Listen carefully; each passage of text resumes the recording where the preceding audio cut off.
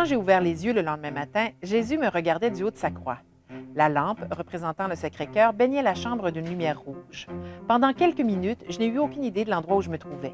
Et puis, j'ai croisé le regard de notre Seigneur et Sauveur crucifié, et Madame Brennan a frappé à la porte. Ma suggestion cette semaine, la Symphonie du hasard de Douglas Kennedy.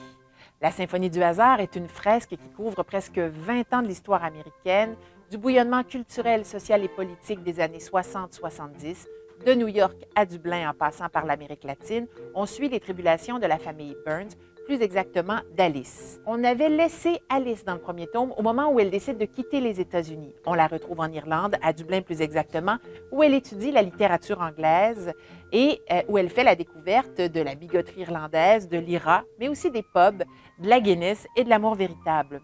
Tout va bien pour elle jusqu'au jour où le passé frappe à sa porte. À partir de là, les choses vont se compliquer. J'ai lu d'une traite ce deuxième tome. Je dois vous avouer, j'ai adoré. Douglas Kennedy a vécu en Irlande et on sent qu'il aime la culture irlandaise. On a véritablement l'impression d'être sur l'île verte.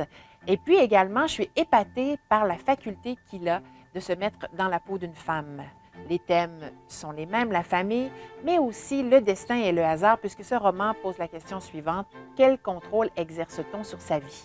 C'est un livre que j'ai beaucoup aimé, je vous le recommande.